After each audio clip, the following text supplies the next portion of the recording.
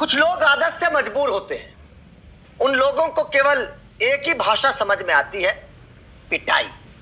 जब तक उनकी पिटाई नहीं होती तब तक उन लोगों की अकल ठिकाने नहीं आती। आप तस्वीर देख रहे हैं, यह तस्वीर बरेली की है। एक तरफ भीड़ है और दूसरी तरफ अकेला पुलिस वाला उस भीड़ को समझाने की कोशिश कर रहा है।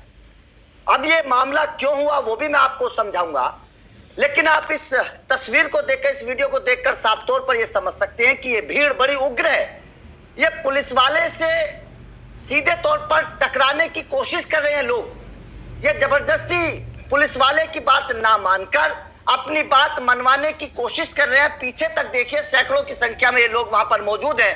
उम्र, इस तस्वीर को देखिए, उम्र महज 17, 18, 19, 20 साल का एक लड़का होगा और इसमें तमाम तरीके के लोग मौजूद हैं। और ये लोग पुलिस वाले से भिड़ने की कोशिश कर रहे हैं, जबकि ये पुलिस वाला बाकायदा इन लोगों को समझाने की कोशिश कर रहा है कि आप लोग आगे नहीं जा सकते, ये कानून है। लेकिन उसके बावजूद ये उग्र भीड़ पुलिस वाले से टकराने की कोशिश कर रही है। अब इन लोगों पर एक्शन ना लिया जाए तो आखिर क्या किया जाए? इन लोगों पर जब एक्शन लिया जाता है, बुलडोजर चलाया जाता है, पुलिस इनकी पिटाई करती है, तो विपक्ष आकर खड़ा हो जाता है, कुछ राजनीतिक दल आकर खड़े हो जाते हैं और ये कहने लगते हैं कि योगी सरकार तो मुसलमानों की विरोधी है, योगी सरकार तो मुसलमानों को परेशान करती है, योगी की पुलिस तो मुसलमानों को जबरदस्ती उनकी पिटाई करती है। लेकिन वो लोग ये तस्वीर नहीं देखते, इस तरीके की भीड़ को नहीं देखते, किस तरीके से ये भीड़ पुलिस वाले से टकराने की कोशिश करती है।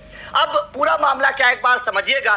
दरअसल बरेली के शरीफ इस्लाम ग्राउंड पर कुछ मजहबी लोग जो थे वो जबरन घुसने की कोशिश करने लगे।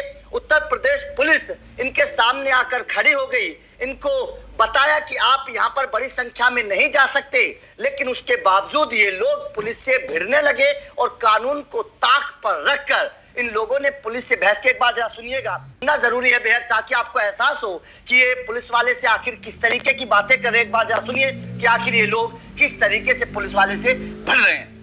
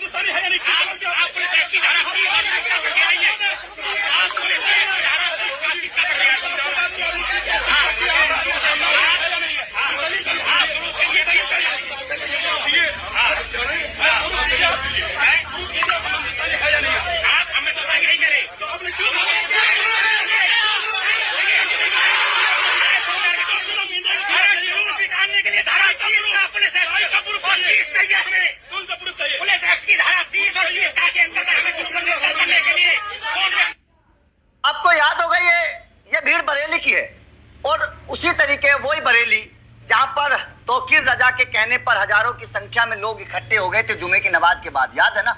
वो भीड़ भी कुछ इसी तरीके की उग्र भीड़ थी। इसी तरीके से वहां भी बवंडर मचा था और यहाँ भी उसी बरेली में फिर से उसी तरीके से दंगा भड़काने की कोशिश की जा रही है। भीड़ उग्र है, पुलिस वालों के समझाने के बावजूद ये लोग मान नहीं रहे। लेकिन अगर मैं तौकीर रजा वाले मामले की चर्चा करूं तो योगी सरकार ने एक बहुत बड़ा एक्शन लिया है तौकीर रजा के करीबियों के ऊपर। इस बिल्डिंग को आप देख रहे हैं, ये एक आलीशान होटल हुआ करता था, लेकिन अब ये मलबे में तब्दील हो गया है।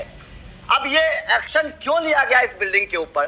दरअसल जिस वक्त जुमे की नमाज के बाद पूरा बवंडर मचा था, लोग सड़कों पर आए थे, एक्शन हुआ था, उससे पहले जो तौकीर रजा ने पूरा एक षड्यंत्र रचा था, पूरी प्लानिंग की थी उस भीड़ को इकट्ठा करने की या फिर बरेली को भड़काने की, लोगों को भड़काने की, वो पूरी प्लानिंग इसी बिल्डिंग में की गई थी। यही वो बिल्डिंग है।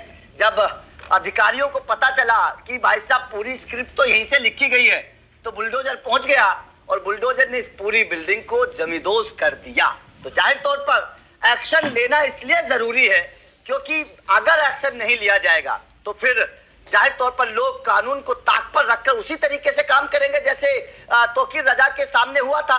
इसी तरीके की ये वीडियो सामने आ रही है कि पुलिस वाले समझा रहे हैं, लेकिन उसके बावजूद ये भीड़ पुलिस वालों की मानने के लिए तैयार नहीं है। ये बोल रहे हैं, पुलिस वाले साफ तौर पर बोल रहे हैं कि कानून नहीं इजाजत देता आपको वहां पर इकट्ठा होने के लिए, लेकिन उसके बावजूद ये लोग मान नहीं रहे। अब ये एक्शन किस पर हुआ थोड़ा समझिएगा। दरअसल बरेली में अवैध निर्माण के खिलाफ बीडीए और प्रशासन की सख्ती लगातार जारी है। फरीदापुर चौधरी इलाके के में स्थित मौलाना तौकीर के करीबी वाजिद बेग के खिलाफ मैरिज हॉल पर बुलडोजर चलाया गया है। ये वाजिद बेग का मैरिज होम था, इस पर बुलडोजर जो है वो चला दिया गया है। और जैसे कि मैंने आपको बताया कि ये वही मैरिज होम है जहां पर बैठकर तौकीर रजा ने पूरी प्लानिंग की थी। यही वो बिल्डिंग है जो दंगे से पहले, जुमे की नमाज से पहले तौकीर रजा ने अपने लोगों को इकट्ठा किया था और वहां पर पूरी प्लानिंग तैयार की गई थी। लोगों को जिम्मेदारियां दी गई थी कि कैसे 1000 लोग इकट्ठा किए जाने हैं। व्हाट्सएप ग्रुप के तहत किस तरीके से लोगों को मैसेज भेजे गए, कैसे अलग अलग जगहों से लोग वहां पर पहुंचे और हजारों की संख्या में भीड़ इकट्ठी हुई। ये बात जब पता चली तो लोगों के मतलब पैरों के नीचे से जमीन खिसक गई कि केवल वो सब लोग जो भीड़ थी, जो दंगाई थे, वो केवल बरेली के नहीं थे, बरेली के अलग भी शहरों से लोग वहां पर पहुंचे थे। तो वो लोग कैसे वहां पर आए, वो पूरी प्लानिंग तैयार की जा रही थी। पहले दिन वो तो शुक्र करिए कि पहले दिन इस मामले पर कड़ा एक्शन हो गया, वरना बहुत बड़ी संख्या में लोगों को इकट्ठा करने की तैयारी थी। आसपास के मस्जिद मदरसों को ये कह दिया गया था कि आपके यहाँ पर कुछ लोग आकर रुक सकते हैं, क्योंकि अलग राज्यों से भी लोगों को बुलाने की तैयारी पूरी हो चुकी थी। ये मौलाना तौकीर रजा के उस मामले के बाद जो खुलासे हुए थे उसने हर किसी को हैरान कर दिया था। और इस पूरे मामले में मौलाना तौकीर रजा के साथ जो जो लोग शामिल थे उन तमाम लोगों पर एक्शन हो रहा है। बुलडोजर लगातार चल रहा है। मौलाना तौकीर रजा का खुद एक अवैध जमीन पर जो पूरे एक मार्केट तैयार की गई थी, जिस मार्केट से मौलाना तौकीर रजा करीब 7-8 लाख रुपए किराए लेता था। मतलब कोई सुनने वाला नहीं था, कोई कहने वाला नहीं था, कोई मौलाना तौकीर रजा को बरेली में टोकने वाला नहीं था। पूरा एक नेक्सस मौलाना तौकीर रजा ने बरेली में तैयार किया हुआ था।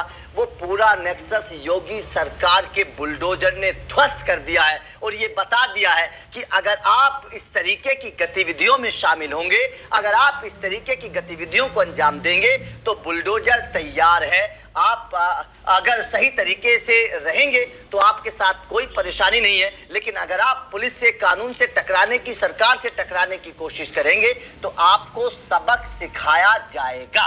अब जिस तरीके से भीड़ पुलिस वालों से टकराने की कोशिश कर रही है, अगर इनके घरों पर बुलडोजर चलता है तो विपक्ष आकर खड़ा हो जाएगा, समाजवादी पार्टी के नेता आकर खड़े हो जाएंगे, कांग्रेस के नेता आकर खड़े हो जाएंगे और कहने लगेंगे कि भैया मुसलमानों के खिलाफ अत्याचार हो रहा है, मुसलमानों को परेशान किया जा रहा है, मुसलमानों के घर तोड़े जा रहे हैं। लेकिन अब कोई ये नहीं देखेगा कि ये मुसलमान किस तरीके से कानून को ताक पर रखकर पुलिस वाले से लड़ने की कोशिश कर रहे हैं। समझाने के बावजूद ये मानने की कोशिश नहीं कर रहे हैं। इस बात को अब कोई नहीं देखेगा। खैर, आपका इस वीडियो पर क्या कहना है? क्या आपको भी लगता है कि वास्तव में इस तरीके के लोगों के ऊपर एक्शन होना चाहिए चिन्हित करके? कमेंट करके अपनी राय जरूर दीजिए।